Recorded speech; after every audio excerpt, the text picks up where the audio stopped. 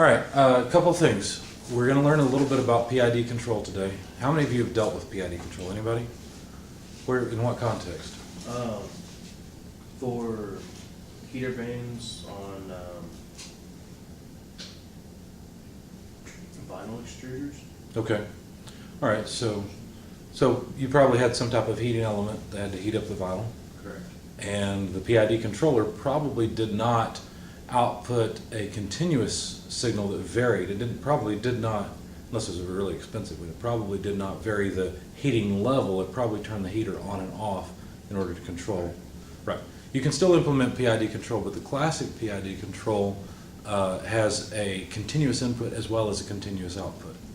There are some simple examples I'll go through in the slides to show you examples of PID control. And what we're going to do, today we'll study PID control, but we're not going to delve into the depths of what are the problems, what can go wrong, how do you fix all those things. We'll talk about it a little bit, but we'll go through this, give you a quick flavor of PID, and then next week I'll go through another lecture. There's actually a website I found that is excellent. And the guy goes through and explains PID control equations and why you do it the way you do it to avoid certain problems. So we'll go through that in a lot of detail. Yes, sir? A better example might be for burner controls for natural gas oven. Sure, yeah. So in the natural gas oven, if you control the quantity or the fuel flow rate, then you have a continuous output. And then your continuous input is a temperature measurement. A lot of things are on-off. We've been working with an encoder for a while, right? And the encoder has sensors that are supposed to be either on or off, right? Either there's a strip there or there isn't. And when you get to the edge, it switches from on to off or vice versa, okay? And you can use Arduinos, you can use PLCs for either continuous or discrete control, but the most frequent introduction is discrete control, and that's what we've been doing so far. Now we've actually dabbled into continuous control because we've used pulse width modulation, which is really still on-off, but it changes so fast that you get more of an average level output that you can control. You don't have to have a full on or a full off signal going to the motor. So like I said, we'll get into the details of the math next time, and this lecture won't take too long, I hope. I'm thinking probably 30 minutes, and you may be wondering, where's the exam? Well, we haven't had one yet, obviously, but we're going to have one. It will not include PID control. Once you guys get to the point where your carriage can track position with the encoder, and you've accomplished the pulse width modulation control of the motor, then we will have our exam. So I'm thinking in the next week or so is probably what will happen. It will not include PID control. All right, so let's talk about PID. PID actually stands for something. It stands for proportional integral derivative, and I'll show you what those things are and what they mean. We're going to start off considering open loop control, then closed loop. We'll talk about how PID control works, the equation, Ziegler-Nichols tuning, because it turns out you have to tune these controllers, and Ostrom-Hagelin relay tuning, and we won't get to this point where we simulate a continuous stir tank reactor. These are slides I've used from past classes. So I'll skip that part. Open loop control. Open loop control is basically set it and forget it. We all took a shower this morning, right? Never mind, I don't want to know. Okay?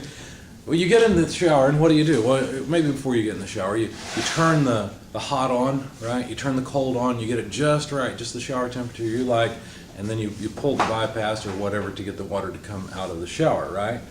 And then what? Well, eventually you get in the shower, and the shower temperature is not right. Why? Well, because somebody flushed the commode in the other bathroom, right? Or somebody turned on water to wash their hands, and now the flow rate is different. What you did is you used open loop control. There was no feedback. There's no measuring of what's called the control variable. Control variables are very important. In fact, this concept of feedback control is actually really critical and is, in my opinion, fundamental to just about everything that we do as human beings. But let's get into philosophy. Let's talk about PID control.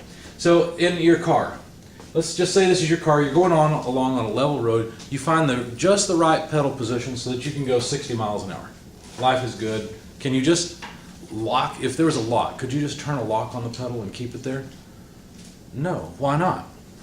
Well, there wouldn't be any error, right? Your desire is to go 60 miles an hour. You're going 60 miles an hour. Everything's good. You don't have to change the pedal position to maintain 60 miles an hour. But what happens? Well, a hill comes along. Now you need to go up a hill. what's going to be required? Well, you're going to have to, if you just hold the pedal at the same current position, say your car goes down to 40 miles an hour instead of maintaining 60 miles an hour, and that's a problem. So if we look at two signals going along, let's look at speed. That's also called the process variable. Sorry. So the speed, your speed is a process variable, and error is the difference between your desired speed and the actual speed. Does that make sense? So let's talk about error a little bit. Let's, for example, I'm trying to lose weight. Tipped the scale to 200 pounds the other day, and I thought, crap, I got to do something. So what's my process variable? My weight, right? What's the set point? Well, whatever I want to weigh. I'm kind of doing this because I went to my doctor and I made the mistake of telling him I used to weigh 165. He said, go back down to 165. You're too old for this. I was like, okay, I guess I got to do it. I got to grow up at some point. So there's the difference between my process variable, 200, and my set point, 165, is 35 pounds. That's my goal. That's what I want to do. So that's the error. Now, let's talk about the way that a control system would work. Let's start off, we're going to create a block diagram down here to show how the control system would work. So basically what happens is we don't have control over the car's speed. Did you know you cannot control your car's speed? You can't. What can you control? You can control the gas pedal position, right? If the engine's running, does that gas pedal position do something? Maybe, if it's in gear, and maybe if the engine's running right? See how the control variable that you actually have control over does not actually control the car directly? It's an input to the system. If the engine's not running right, it's not going to go. My Ford F-150 pickup that I bought an old Ford because my little Ranger wasn't cutting it anymore. Well, it has a problem. I still haven't completely made it work right, but it used to be that when you mash the gas pedal, all it would do is kind of jump and jerk and misfire. It wouldn't really speed up very much. Sped up slowly but surely, you know, and of course the guy behind me was probably getting all kinds of unburned fumes coming into his car, but it just wouldn't accelerate very well. This is because something was wrong with it. I could not make the process variable, the speed of the vehicle, do what I wanted to do because the control variable wasn't attached to it correctly. Okay? So the control variable is what you put into a process in order to manipulate a process variable. When you say control and manipulation, it sounds bad, but we have to speak in these terms because that's really what you do. Can you control, can I control my daughter? Can I make her do things? No, not really, right? I'm bigger than her. I could pick her up and move her, sure, but can I really change the way she does things? No, all I can do is put input to her, right? I can teach her things. Say, look, if you do this, this is what's wrong with it, this is what's right with what you're doing. And that's the only input I have to her. She's the process. She has to decide what she's going to do in a general sense, okay? So it sounds strange, but we manipulate children. That sounds horrible, doesn't it? But it's true, and it's all you can do. And obviously you're doing it for the right reasons, okay? Now, essentially what has happened here, our process, our car process was going along just fine. We had the control variable, the gas pedal position at the right level so that the process variable came out at 60 miles an hour, but now something else affected that process. There was a disturbance. Okay, that's the terminology for this hill. This is a disturbance. It's something that changed the system. It affected the system. So what do we need to do? How do we reject this disturbance? That's the terminology we use. A control system's job is to reject disturbances. How do we reject a disturbance? Well, we have to measure the process variable. And how do you do that when you're driving? You look at the speedometer, right? You just look at the speedometer and see how fast you're going. The speedometer is a measure of your speed on the ground. Is it an accurate measure? Well, if you're on ice, maybe not if your wheels are slipping, but most of the time, your tires are in contact with the ground, they don't slip, and you have a decent measure of speed. That is feedback. Without feedback, you can't control anything. In quality control, another course that I'm hoping to bring back maybe over the summer, I don't know. In quality control, what you learn is that without measuring, there is no control. There's no such thing. Unless you measure the process variable, you cannot control it. Which makes sense, right? How do you know if the shower water is warm or not? Or if it's at the temperature you want? Well, you put your hand in it. That's feedback, right? Okay. We could talk all about government being out of control and feedback in that context, but I'll leave that alone. There's a lot of interesting analogies here. Anyway, So we can take the feedback from the process variable, the measure of the process variable, and what we're really doing to calculate error is taking the difference between the desired or the set point and the actual measurement. And the difference between those two is called error. The error is always equal to the set point minus the process variable. It's always set up this way, okay? This is just convention. This is how we calculate error. There is such a thing as positive error and there is negative error. In order to define the sign of it, our equation always has to be set point, in other words desired, minus process variable, so the actual result. We always have to take the difference between those two. So we're not going to act based directly on the feedback because we have to compare the feedback to the desired, and this is how we do it. We just take the difference. So now we finally get to put a controller in, because look, here's what a controller is supposed to do. It's supposed to take the error and decide how to change the control variable. That is the job of a controller. In fact, did you know that you act as a controller in your car? If you look down at your speedometer and your speedometer is too high, what do? You decide to change the control variable. You let off the gas, right? If you look at your speedometer, it's too low, what do? As the controller, you decide to push the gas pedal down further, right? That is feedback control. So you take in error, which is not just the reading on the speedometer, but it's the difference between the reading on the speedometer and what you want it to be. And you react as a controller in order to change the control variable. So you, what's the right term for this? You modulate.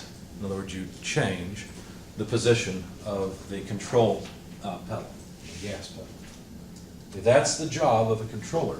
Now it turns out that's not quite enough, because look, we're taking an error in the controller and deciding how much to change the control variable, but we really need a position of the control variable. Now to help you understand the next piece, the last piece that goes into this block diagram, think about setting the cruise control on your car. Cruise control on your car is actually a PID controller. Okay, that's how it works. How do you set the cruise control on your car? Well, the very first thing you do is you push the gas pedal, right? You push it to the point where the speed is exactly what you want, say 60 miles an hour, okay? And then what do? You turn on, right? You hit the on button on the cruise control. Now, what were you doing there? You were setting something called the bias position. In other words, the pedal was being pushed. Now, hopefully you didn't do this when you were going uphill with a disturbance or downhill, okay? Hopefully you did it on level ground, things were normal. You push the pedal to the point where you got the ideal speed, right? And then you turned on the controller. So that sets what's called the bias position. And the way a controller works is it takes whatever the open loop position was, the bias, and adds it to the change from the controller, and now that's the new pedal position. So what the controller does is it really modulates the pedal position away from the open loop position. Does that make sense? If you had a controller on your shower, here's what would happen. You would have to turn the knobs until you got the temperature you wanted out of the shower, and then you'd hit go on the controller.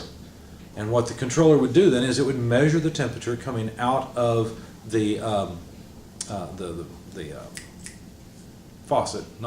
shower head. Okay, it would measure that temperature and compare it to your desired temperature and change either the hot or the cold setting, maybe both, in order to give you your desired temperature. By the way, you can buy those devices. I looked into buying one once, and it was like $500, and I thought, no, I'll just change I'll be the controller. That's okay. Okay, so this is a complete control diagram. This is a feedback control diagram. Without feedback, we can't make this work. We have to have feedback. Now, what could we do inside of this controller? How could we make this controller work? Well, there's actually a couple different things. First of all, the controller has to be mathematically based, right? That makes sense. Because if we're going to implement this in some type of computer, whether it's an Arduino or any type of controller, we're going to have a computer calculating what's called the control law. So what it will do is it will calculate the change that's needed in the control variable based on the error coming in. The simplest idea is, let's just change the control variable proportional to, this is a constant of proportionality, proportional to the magnitude of the error. How big is the error right now? Well, let's just change the gas pedal as a certain percentage of that. Okay? So this would include conversion factors because the units here are different. But basically, if we got the right gain here, well, we should be able to do better. So in our car example, we were going along just fine, no disturbances. We were going 60 miles an hour, zero error. and all of a sudden a disturbance was introduced. And our car started slowing down because we were going uphill. Well, if this control law had been in place, what would happen is the error would start to increase, and now this would be non-zero, right? Multiplied by the proportionality constant would say change the control variable positively. In other words, add some to the bias position, push the gas pedal down farther. Does that make sense? Now it turns out that what would happen, by the way, this is P. This is where the P comes from in PID. It's proportional control. It's a controller that is sensitive to the magnitude of error. Now what will happen is that the error will not go as far as it did before. Remember we went down to 40 miles an hour before? Now we're not going down to 40, we're going to say to 45. I'm making this up as I go. Okay, the numbers are not important, the concept is what's important. So the speed is still not at the set point, but it's not as far off as it was without this controller. You notice there's still some steady state error. Well, one of the features of proportional control, or its Achilles heel, is that there is always steady state error. In fact, even if we increase this gain so that we change the pedal position farther, there will still be some error. We can increase the proportional gain, that is doable, but there will always be some steady state error. Why does there have to be some steady state error? The reason is because, remember, a disturbance is present, we're going uphill, right? So we have to have a deeper pedal position in order to maintain 60 miles an hour. But if we got to 60 miles an hour with a deep pedal position, the error would be zero, the change in control variable would be nothing, and we go back to the open loop position, which was the gas pedal position when we were on level ground. But we're going uphill, so we won't get 60 miles an hour out of it, you see? The problem with proportional control is that there has to be some error for there to be any change in the control variable. Okay, and so what that's called steady state error. When the system has finally gone to steady state, there is some error when the only thing acting is proportional control. Okay? Well, so proportional control won't work completely, and it turns out that if you make this proportional gain too high, what will happen is that the system will overreact. In other words, it'll push the pedal all the way down, you'll start going too fast, and then it'll let the pedal off too far because now you've got negative error, you're going faster than you want to be. And so that says, well, take the pedal below the bias position, right, which is even worse because we still have the disturbance. Okay? And so you end up with oscillation. And oscillation is a feature of a system that's out of control. Again, plenty of analogies to our current situation, right? And it's interesting, actually. There's so many tie-ins here that are really interesting to me, but I'll try to avoid going into all that. I just wish we had more engineers in our government, that's all. So where were we? Oh yes, proportional control. So proportional control by itself won't work.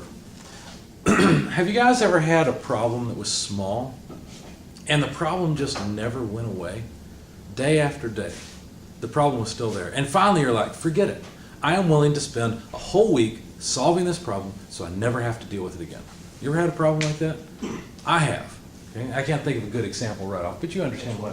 What's that? Ex-wife. Okay, ex-wife. All right. But I don't know how you solve that problem. Anyway, so something that just keeps gnawing at you, right? We even have terms for this. Well, what are your response? Is the error really big? Is the problem really big? No, not really. It's just been around for a long time, right? That's the problem. So this is where the I comes from, the integration term. Because look, instead of responding to how big the error is, the integral term responds to how long that error has been around. So what are we talking about? Well, really we're talking about integration. We're talking about the area under the error curve. Does that make sense? So this error adds up over time, and look at all this error, right? It's not that the magnitude of error is that big right now, it's that it's been around for so long. So you literally simply add an integral term where you add up, think of the integration as simply adding, okay? You add up that error over time and respond with a control variable proportional to the integral of the error. So it's not just the error, it's how long the error has been around. Okay? Obviously we have to decide on an appropriate constant here, a number that will give us good control. What is good control? That's a good question. But anyway, that's what we have to do. So we've got this integral term now, And now what will happen? Well, now, look, the error is not all that big, and our proportional gain is not all that big. Can you not print, please? The error is not all that big, and the proportional gain is not all that big, so we don't get a big change in the control variable to reduce this error. What's happened instead is this term starts to get bigger and bigger because we have so much error that's been around for a long time. And that term then changes the control variable. That pushes the gas pedal farther and farther. Does that make sense? And notice that over time, the integral term would get bigger and bigger. As long as there is error, this term will keep getting bigger and bigger, and will keep pressing the gas pedal farther and farther down. Which makes sense, right? You want it to do that because you have to somehow overcome the disturbance that is present. Okay? So how does it respond? Well, it turns out this is actually a reasonable response for a PI controller, a proportional plus integral controller. So you notice what happens. We're going along at 60 miles an hour. Error is low. The disturbance comes along, so we start to slow down. Error starts to increase. There's not been error for very long, so this term's pretty small. This is the primary term responding because the error is non-zero. So the gas pedal starts to be pressed down farther, right? Our speed starts to come back up, or stops falling, I should say, because of the proportional term. And then as error accumulates over time, as this term gets bigger and bigger, it starts to press the gas pedal farther and farther, right?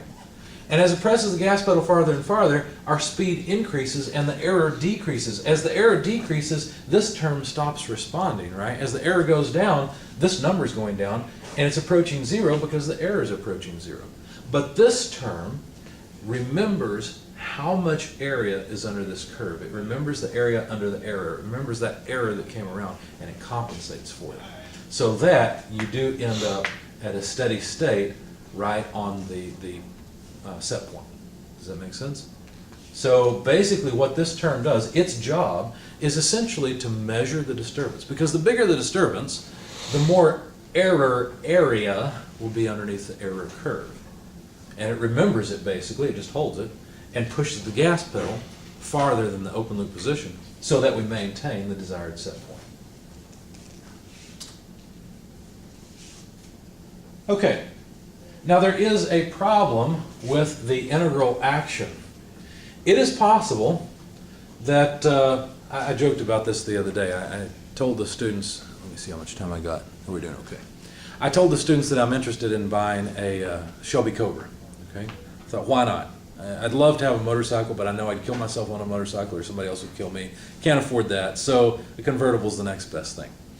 But I'm also cheap, and so I started looking around. I'm not willing to buy one that's all put together. It's about 40 grand, 30 to 40 grand if you find a fairly low price one. And so I found one in Indianapolis that was a kit. It's made by Factory 5, which is a good manufacturer. They make a good kit. It's not like you took an old Volkswagen and put a different body on it like they used to do, okay? It's a good car, and this guy had had it for years. I guess it was 2001 or something like that. The body was still primered, it wasn't painted, he hadn't put it all together. He didn't have the engine, but he had the suspension, the major components.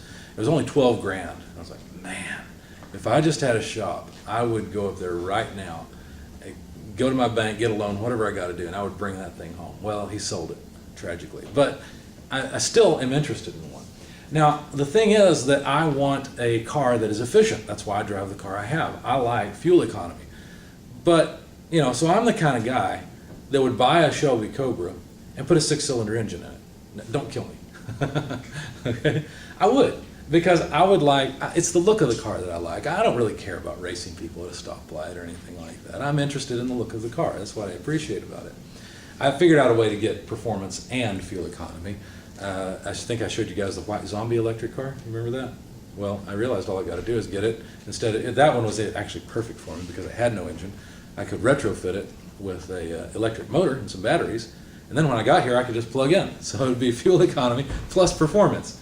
Yes. But, oh well, I don't have the shop or the money right now for it. But let's just say you bought this Camaro, okay? And instead of opting for the 8-cylinder, you opted for the 4-cylinder. I'm sure it's not an option, but they probably do have a 6-cylinder you can get in it. And so you're going along and you're trying to climb a hill, and the hill's pretty steep. So the engine cannot maintain 60 miles an hour because it simply doesn't have the horsepower to raise the car that quickly.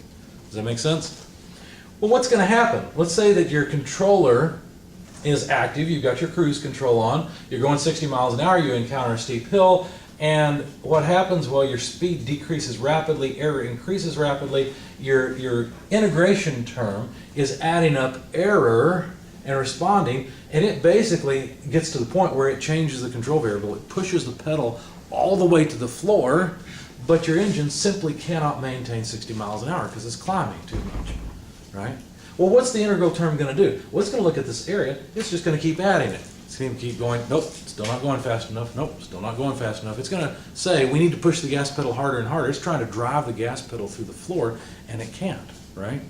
Well, what will happen, let's say that you're on spring break or something, okay, and you're going through the hills of Tennessee and you're climbing and you just can't maintain your speed. And you get to the top of the hill and you're about to go down the other side. You guys ever driven through the mountains of Tennessee? Kind of fun, isn't it? Kind of scary sometimes.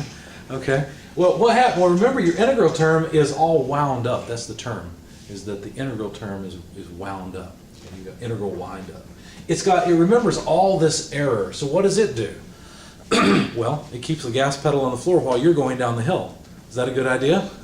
That's a really bad idea. But it's remembered all this error, and it wants to have negative error in order to accumulate negative area to compensate for all this, and will wind up. And so you end up out of control. So what happens is, here you were going along, climbing the hill for a long time, all of a sudden now you're going downhill, and now you have negative error and negative area to compensate for all this positive area, but now you're doing 80 downhill. It's probably not a very good idea. Well, this is a problem. And the term to know here is saturation. The system was in saturation. In other words, the system was doing all it could, but it wasn't enough. The gas pedal was all the way to the floor, and there was no way to go to the desired speed, to reach the set point. Okay? So that's integral windup. How do you avoid integral windup? Well, the way you avoid integral windup and make this thing work well is whenever the control variable is saturated, you just stop adding up error. Okay, you don't turn off the integral term, you just stop adding to it. Okay, and I'll show you that in the details when I talk about PID control from a more mathematical standpoint. By the way, there's actually a lot of math behind this, a lot of interesting things, even chaotic behavior, which is interesting because financial markets exhibit chaotic behavior. There's a lot of feedback control in markets. I'm not saying it's bad, I'm just saying it's a fact. There's a lot of chaotic behavior in what's called dynamical systems, not just dynamics, but dynamical systems. And it has to do with this idea. Anyway, so there's a lot of heavy math actually behind this.